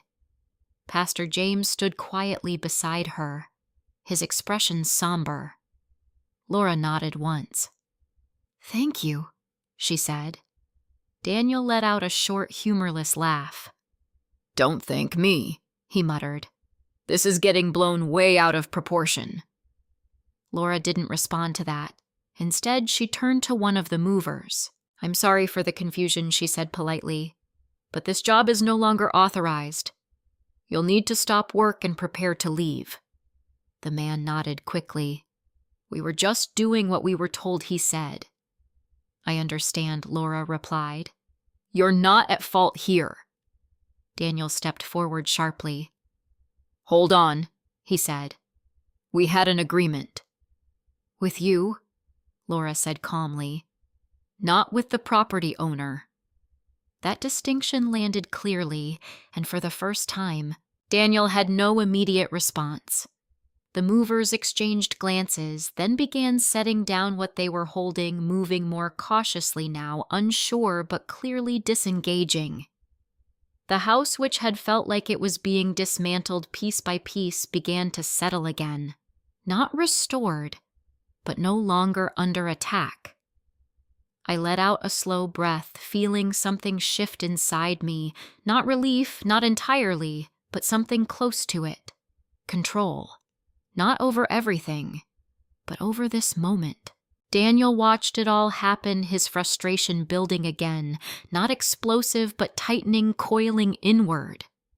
This isn't over, he said. No, I replied. It isn't. He turned back toward me, his voice lowering. We can still fix this, he said.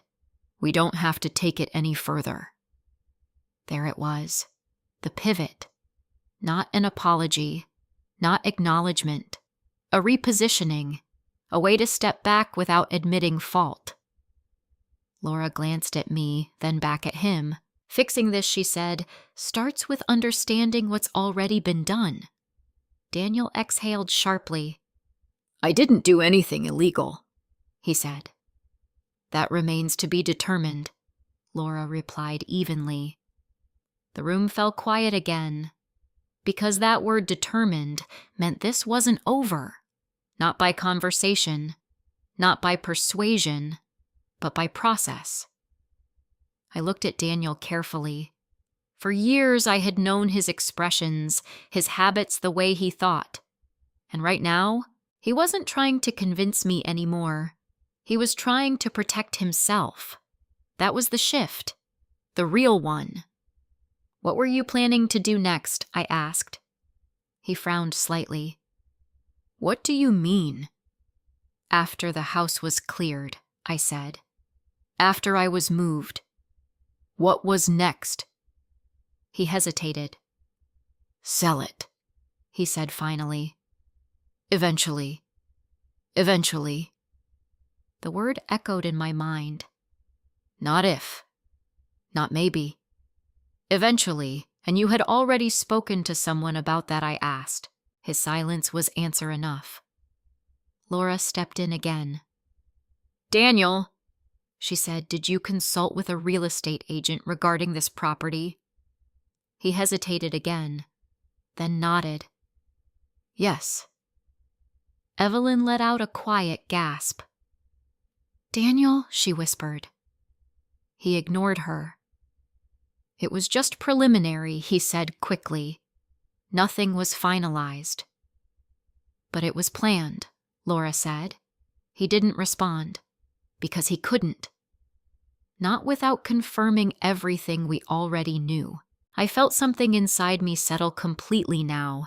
Not anger, not even disappointment. Clarity. The kind that doesn't shake, that doesn't question, that doesn't look for excuses. For months I had wondered what they were preparing for. Now I knew.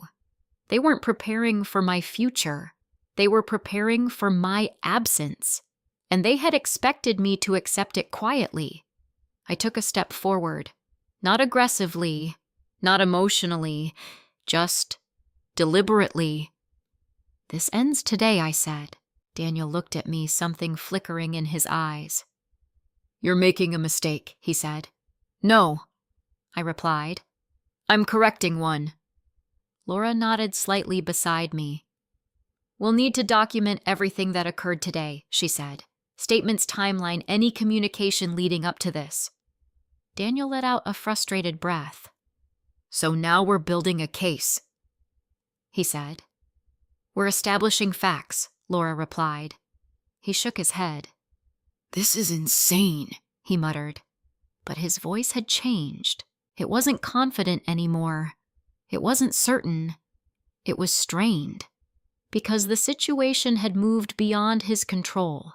The movers were now gathering their things quietly, preparing to leave. The house was no longer in motion. It was paused, waiting for what came next. Daniel looked around once more, then back at me.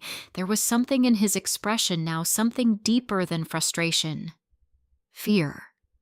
Not loud, not obvious, but there. Because for the first time, he wasn't the one deciding what happened next. I met his gaze steadily, and in that moment I understood something I hadn't allowed myself to before. This wasn't just about stopping him. It was about not saving him. Not this time. Not from this. Because whatever happened next, he would have to face it. On his own. The house felt different once the movers left. Not quieter because there were still people inside, still voices, still tension, but steadier. Like something that had been slipping out of place was slowly settling back where it belonged.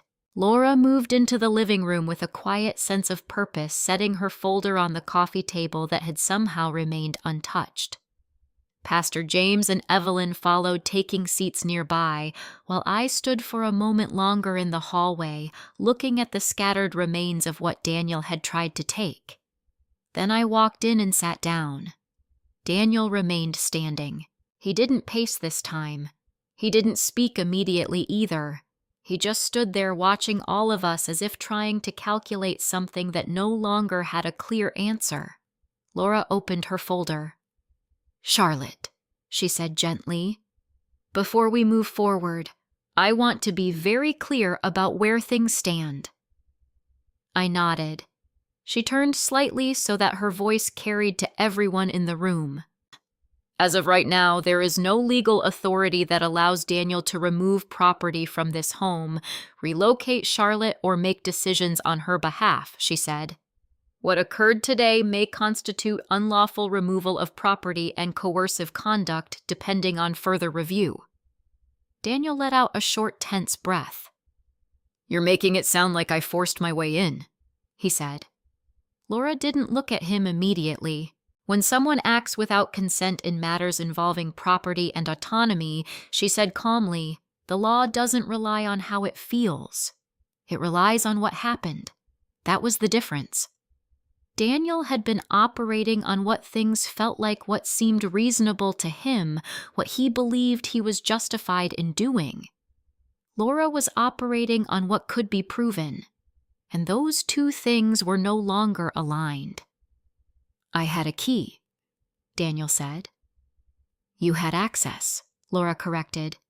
"Not authority." The distinction landed cleanly. Daniel pressed his lips together, saying nothing. Laura continued.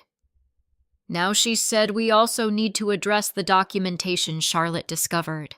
She pulled out several pages from the files we had reviewed and laid them carefully on the table.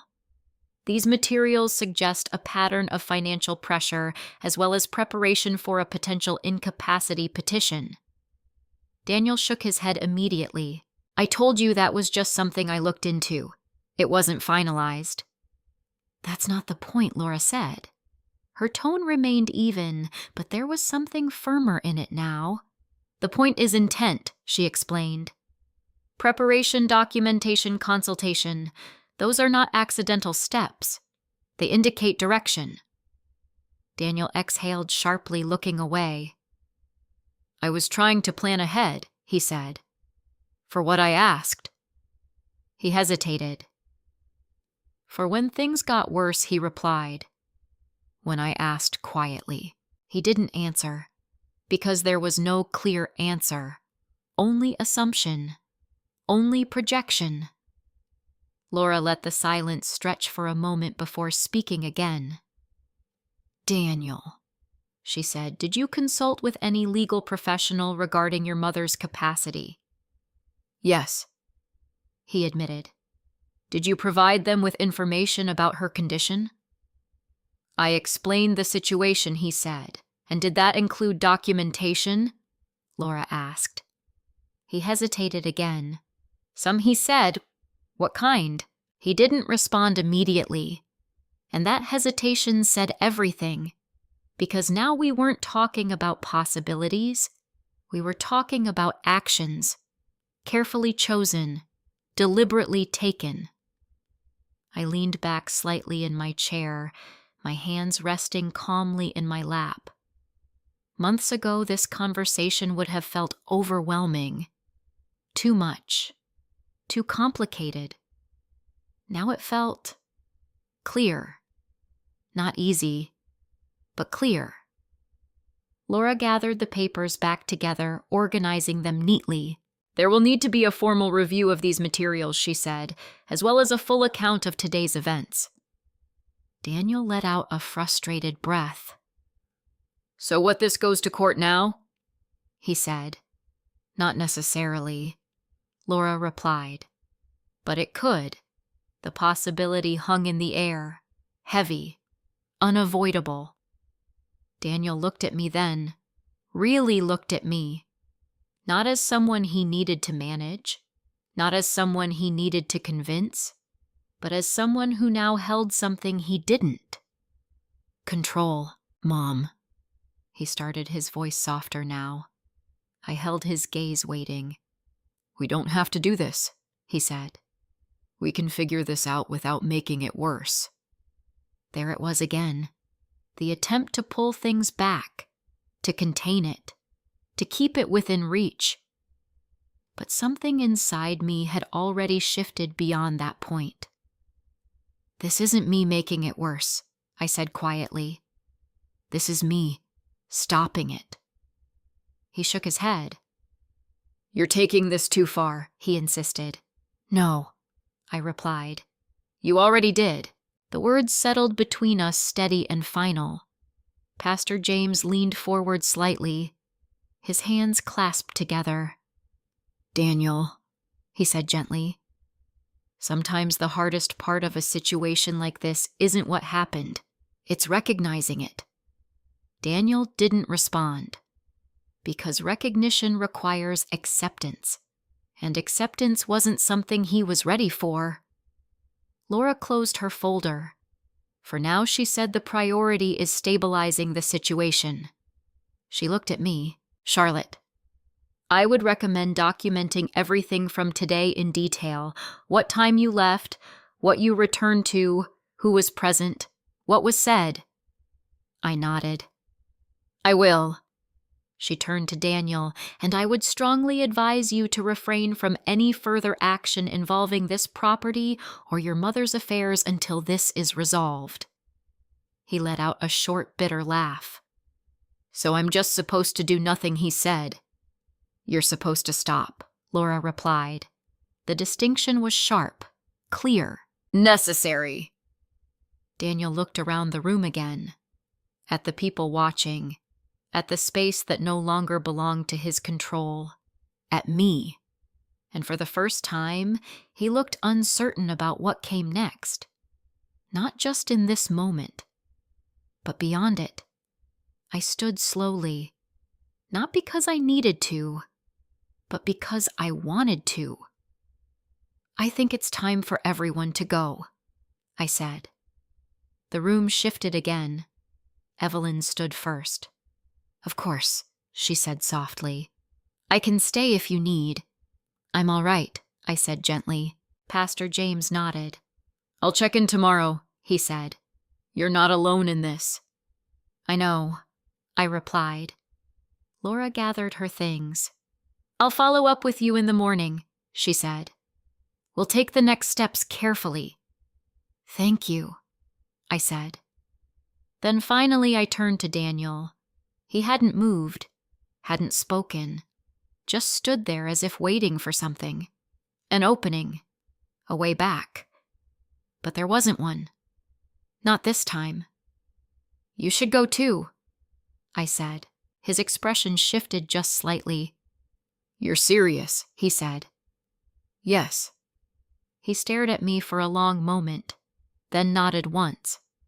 Not agreement, not acceptance, just acknowledgement. And without another word, he turned and walked out. I stood there listening as the front door opened, then closed.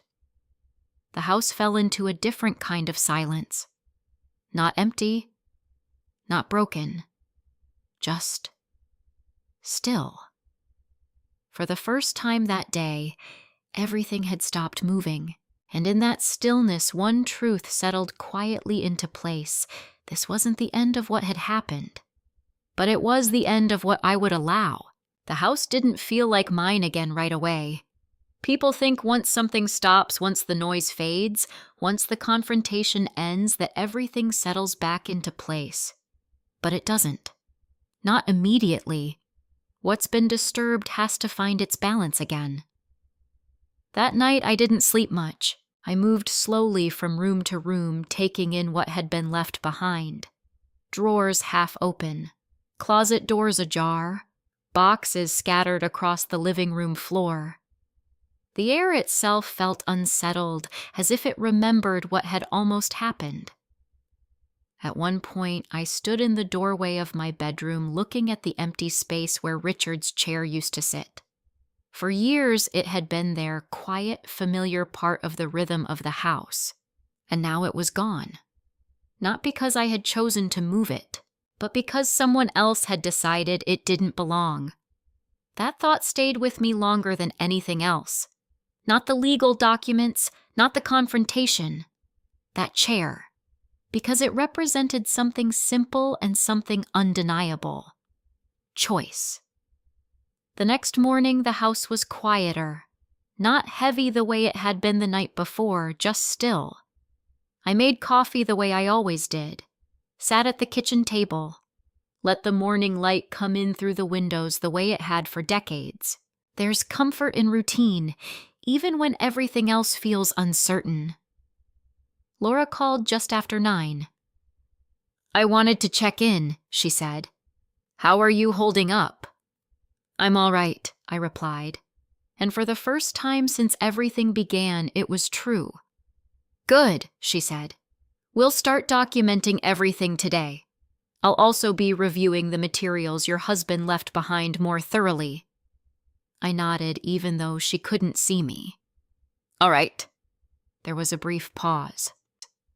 "Charlotte," she added, "I also need to prepare you for something." I felt my grip tighten slightly around the phone. "What is it?" "It's possible Daniel may try to reframe this situation," she said. "He may present himself differently to others, or even legally." I exhaled slowly. "I understand." "And if he does," she continued, "it's important that we stay grounded in facts, not emotion. Facts." That word had become an anchor. After we ended the call, I sat for a while longer staring out the window. Then I stood up, and I started putting things back. Not everything at once, just small things. Closing drawers, straightening shelves, returning objects to where they belonged. Each movement felt deliberate, like reclaiming something that had been interrupted. Around midday, Evelyn stopped by. She didn't say much when she walked in, just looked around, taking in the quiet order, slowly returning to the space. "I brought lunch," she said softly, setting a bag on the counter. "Thank you," I replied. We sat together at the kitchen table, the same place where so many conversations had unfolded over the years. For a while, we didn't talk about what had happened. We didn't need to. But eventually, she looked at me. "I still can't believe he did that," she said. Neither could I. Not entirely. But I didn't say that. Instead, I said something else. I replied. She frowned slightly. "What do you mean?" I thought about it for a moment before answering. I didn't want to see it before I said, but it was there. The small things, the conversations, the pressure. It had all been leading somewhere. I just hadn't followed it all the way through. Evelyn nodded slowly. Still, she said that doesn't make it right. No. I agreed. It doesn't. That afternoon, Laura arrived again. This time the atmosphere was different, less urgent, more structured, she sat up at the dining table, organizing documents, taking notes, asking questions with quiet precision. "Let's go through yesterday step by step," she said. And so we did. From the moment I left for church, to the moment I returned, to every word that was said, every action that was taken. It wasn't easy. Reliving it rarely is, but it wasn't overwhelming either, because now it had context, clarity, meaning. At one point, Laura paused, her pen resting lightly against the paper. "Charlotte," she said, "has Daniel contacted you since yesterday?" I shook my head. "No." She nodded. "That may change," she said. "And if it does, I want you to be prepared for what I asked." For different versions of the same story, she replied. I understood immediately. Apologies that weren't really apologies. Explanations that shifted responsibility. Attempts to soften what had happened without acknowledging it. I had heard those tones before, even if I hadn't recognized them at the time. Later that evening, as Laura was gathering her things, there was a knock at the door. We both looked up. I felt something tighten in my chest, but it wasn't fear. Not anymore. Just awareness. "I'll get it," I said. Laura nodded. "Take your time." I walked to the front door slowly, opened it, and there he was. Daniel. He looked different. Not dramatically, but enough. Less certain, less composed. "Mom," he said. I didn't step aside. I didn't invite him in. "What do you want?" I asked. He hesitated, then spoke. "I think we need to talk."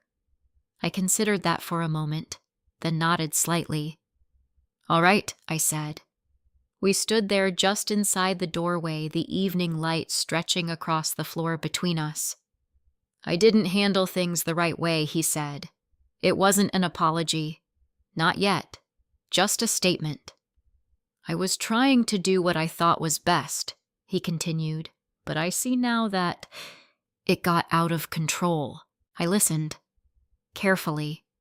Because this part mattered. Not what he said, but how he said it. And the paperwork I asked. He shifted slightly. "That was just preparation," he said. "I didn't actually file anything." "Not yet," I replied. He didn't answer. Because again, there was no way to. We stood there in silence for a moment. Then he spoke again. "I don't want this to turn into something bigger," he said. I looked at him. "It already has," I replied. He exhaled slowly, "So what happens now?" he asked. There it was. The question he hadn't been able to control. The one he couldn't answer on his own. I thought about it. Not quickly, not emotionally, just clearly. "That depends," I said, "on what he asked." "On what you're willing to face," I replied. He frowned slightly. "What does that mean?" "It means this isn't about fixing what you did," I said. "It's about understanding it." He didn't respond, because understanding requires something harder than explanation. It requires truth, and truth isn't something you can reshape once it's been seen. Behind me, I could feel the house steady now, quiet present. Not taken, not lost, still mine. I met his gaze one last time. "This isn't over," I said. He nodded slowly. "I know. And for the first time since this began, so did I." The next few days unfolded with a kind of quiet determination I hadn't felt in years. Nothing dramatic happened at first. No sudden confrontations, no loud arguments. Just steady movement, legal, emotional, personal, each piece falling into place with a clarity that felt both unfamiliar and necessary. Laura came by every morning that week. We sat at the dining table going through documents, timelines, and next steps. She worked with a calm focus that never wavered even when the details became difficult. "There are 2 things we're doing at once," she explained one morning, sliding a folder toward me. "We're protecting your position and we're documenting his actions." "Both at the same time?" I asked. "Yes," she said, "because one without the other doesn't hold." That made sense. Protection wasn't just about stopping what had already happened, it was about making sure it couldn't happen again. Meanwhile, the house slowly began to feel like mine again. Not immediately, not all at once, but piece by piece. The first thing I did was bring Richard's chair back inside. The movers had left it on the porch leaning awkwardly against the railing, as if it didn't quite belong anywhere anymore. I stood there for a long moment before touching it. Then I carried it back in myself. It wasn't heavy, not really, but it felt significant, like returning something that had been displaced not just physically but symbolically. I set it back in its corner, and for the first time since all of this began, the room felt right. Evelyn came by often, sometimes with food, sometimes just to sit. We didn't always talk about Daniel. Sometimes we talked about ordinary things, neighbors, church, small details of life that reminded me there was still a world beyond what had happened. And that mattered, because it's easy in moments like these to let everything shrink down to a single story, a single betrayal, a single fracture. But life is bigger than that. It has to be. One afternoon, as I stood in the hallway, my eyes drifted toward the guest room. The door was open now, not wide, just enough. For years it had been closed, locked, untouched, a place I avoided. Now it felt different, not because what was inside had changed, but because I had. I stepped inside slowly. The air still carried that same quiet stillness, but it no longer felt heavy. It felt purposeful. I walked past the cabinet, past the desk, letting my hand brush lightly against the surface Richard had once worked at. He had built this room the same way he built everything else in our lives. Carefully, deliberately, with intention. And now I finally understood why. This wasn't just a room. It was a safeguard, a record, a place where truth had been waiting, but it didn't need to stay that way. Not anymore. That afternoon, I made a decision. Not a legal one. Not a reactive one. A personal one. I began to clear the space. Not to erase what was there, but to transform it. I kept the files, every document, every note, carefully organized, but I moved them into one section of the room, neatly stored, accessible, preserved. The rest of the space, I opened, literally. I pulled back the curtains, let the light in, moved the desk closer to the window, brought in a comfortable chair, replaced the old bed with something simpler, something lighter. By the end of the day, the room no longer felt like something sealed away. It felt like something reclaimed. The next morning when Laura arrived, she paused in the doorway. "This looks different," she said. "It is," I replied. She stepped inside, looking around. "You're keeping the documents," she noted. "Yes," I said. "But I'm not keeping the fear." She nodded slightly. "That's important," she said. We spent the next hour reviewing updates. There had been movement, not dramatic, but significant. Daniel had retained legal counsel. Laura explained it calmly, without reaction. "That was expected," she said. "What does it mean?" I asked. "It means he's preparing to defend his actions," she replied. "Possibly reframe them." I nodded slowly. "I thought he might." She studied me for a moment. "You're handling this well," she said. I didn't answer right away, because I wasn't sure well was the right word. "I'm handling it differently," I said finally. And that was true.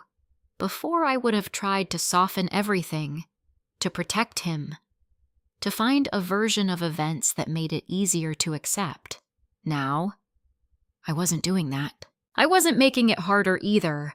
I was just seeing it clearly. That afternoon, I received a message from Daniel. Not a call, not a visit. A message. "We need to resolve this before it gets worse." I read it once, then again, then set my phone down. Not because I didn't know what it meant, but because I did. He wasn't asking to understand. He was asking to contain. And those are not the same thing. I didn't respond. Not immediately. Instead, I walked back to the guest room, sat down in the chair by the window, and let the silence settle. For the first time in a long time, it didn't feel empty. It felt full. Not of fear, not of tension, but of something steadier, something grounded. The past few days had changed everything. Not just what had happened, but how I saw it, how I saw him, how I saw myself. And in that quiet space, I realized something that had been building slowly, piece by piece. I wasn't trying to get my life back, because it had never truly been taken. It had been challenged, tested, almost reshaped without my consent. But it was still mine, every part of it. And now, so was the future. I stood up slowly, looking around the room one more time. The cabinet, the desk, the light coming through the window. Then I walked back into the hallway. The house was quiet, steady, present, just as it should be. And for the first time since that Sunday morning, I wasn't thinking about what had been done to me. I was thinking about what I would do next. A week passed before I saw Daniel again. Not by accident, not in the middle of something unfinished, but deliberately. He asked if we could meet somewhere neutral, somewhere quiet. Laura advised me to agree, but not alone. So we chose the back room of a small cafe just off Main Street, public but private enough for a conversation that couldn't be undone. When I arrived, he was already there, sitting at the table, hands folded, waiting. He looked up when I walked in, and for a moment, I saw something familiar in his face, the boy he used to be. But it passed quickly, replaced by something more guarded. "Mom," he said. I nodded once, and took my seat across from him. Laura sat beside me, her presence calm, steady as always. For a few seconds, no one spoke. Then Daniel exhaled slowly. "I don't want this to turn into something worse than it already is," he said. I studied him carefully. That was how he was beginning, not with an apology, not with acknowledgement, with concern about escalation. "What do you think this is?" I asked. He frowned slightly. "What do you mean?" "This situation," I said. "What do you think it is?" He hesitated. "Miscommunication," he said finally. "Things got out of hand." I held his gaze. "No," I said quietly. "They didn't get out of hand. They went exactly where you were taking them." Laura didn't interrupt. She didn't need to, because this wasn't her moment to speak. It was mine. Daniel leaned back slightly, tension tightening in his shoulders. "I made mistakes," he said. "I admit that, but that doesn't mean everything you think is true." I let that sit for a moment. Then I asked the only question that mattered. "What do you think I think?" He opened his mouth to answer, then stopped, because putting it into words would mean facing it directly. "I think you believe I was trying to take everything from you," he said finally. I didn't respond immediately. Instead, I asked another question. "Weren't you—" The silence that followed wasn't empty. It was full of everything that had led us here. The documents, the planning, the decisions made without me. Daniel looked down at his hands, then back up. I was trying to fix something he said, for who I asked. He didn't answer. Because again, there was only one honest answer, and it wasn't one he wanted to say out loud. Laura shifted slightly beside me but remained silent. Daniel leaned forward, his voice lowering. "You don't understand what it's been like," he said. "Everything piling up. Bills, deadlines, things slipping through the cracks." "I understand pressure," I said. "What I don't understand is turning that pressure into a plan to remove me from my own life." He flinched slightly. "Just enough." "I wasn't removing you," he said. "I was relocating you, making things safer." For who I asked again. This time he didn't even try to answer, because the truth had already settled between us. It didn't need repeating. We sat there in silence for a moment. Then Daniel spoke again. "What do you want me to do?" he asked. The question was different this time. Not defensive, not controlling, uncertain, and for the first time, real. I took a slow breath. "I want you to understand what you did," I said. "I do," he replied quickly. "No," I said, shaking my head slightly. "You understand that it didn't work. That's not the same thing." He stared at me, frustration rising again, but this time it didn't take over. It held. Barely. "What do you want me to say?" he asked. "The truth," I replied. He let out a long breath, running his hands together slowly. Then after a moment, "I thought I could handle it," he said. "Everything. My situation. The house. You. I thought if I just moved things forward, it would all fall into place." I listened, because this part mattered. "I didn't think it would go this far," he added. "But you were prepared if it did," I said. He didn't deny it, because he couldn't. That was the difference now. No more deflection, no more reshaping. Just what was there. "And the paperwork," I asked. He hesitated.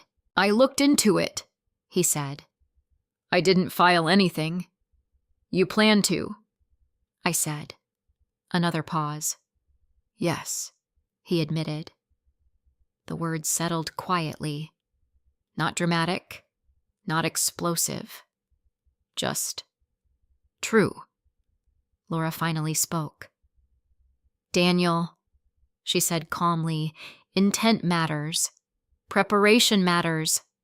Actions matter. He nodded slowly.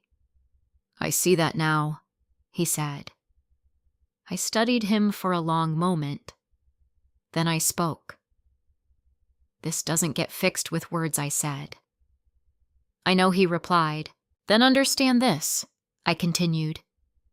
There are consequences to what you did, not just legally, personally. He looked at me, something uncertain in his eyes. What does that mean? He asked. It means things don't go back to the way they were, I said. The words weren't harsh. They weren't emotional. They were simply real. He sat back, slightly absorbing that. I'm still your son, he said. Yes, I replied. You are. And that matters, he added. It does, I said. Another pause. But it doesn't erase what happened. The truth of that settled between us. Not as a weapon, not as a punishment, but as a boundary. Daniel nodded slowly. I understand, he said. And this time it sounded different. Not complete, not resolved, but closer. We didn't stay much longer after that. There was nothing else to say that hadn't already been said. When we stood to leave, Daniel hesitated for a moment. Mom, he said. I turned. I'm not asking you to forgive me, he continued. Not right now. I don't want this to be the end. I looked at him carefully. Then I answered honestly. It's not the end, I said. His shoulders eased slightly. But it's not the same, I added. He nodded. I know. And for the first time since this began? So did I. Later that evening, I sat in the guest room. The window was open, letting in the soft sound of the evening outside. The chair was comfortable. The space felt calm. Not heavy, not hidden, just present. I looked around at what the room had become. Not a place of fear, not a place of avoidance, a place of clarity, of truth, of quiet strength. Richard had left me something far more important than documents. He had left me awareness, the kind that doesn't come all at once, but builds slowly until you can't ignore it anymore. And now I didn't. I stood up, walked to the door, and paused for a moment. For years I had locked this room to keep something in. Now I left it open, because there was nothing left to hide from, nothing left to fear, and nothing left to give away. My life was still mine, not because no one had tried to take it, but because I had chosen to keep it. There's something we don't talk about enough, especially as we get older. We talk about love, we talk about family, we talk about sacrifice, but we don't always talk about boundaries. We don't always talk about the quiet moment when love starts to feel like control, when concern starts to sound like authority, when someone you trust begins making decisions for you instead of with you. And the hardest part? It doesn't happen all at once. It happens slowly, in small conversations, in subtle shifts, in words that sound reasonable until they're not. If there's one thing I've learned, it's this. Trust the moments that don't feel right, even if you can't explain them yet, even if you don't want to believe them, because ignoring them doesn't make them disappear. It only delays the truth. And here's something even more important. Love does not require you to give up your voice, not for your children, not for anyone. You can love someone and still say no. You can care and still protect yourself. You can forgive and still set boundaries. Those things are not opposites. They are strength. They are clarity. They are dignity. So I want to ask you something. Have you ever felt that quiet moment when something didn't feel right, but you weren't sure why? What would you have done in my place? And where are you watching from today? If this story spoke to you, don't forget to like and subscribe. It truly helps more than you know. And if you have a story of your own, I'm listening.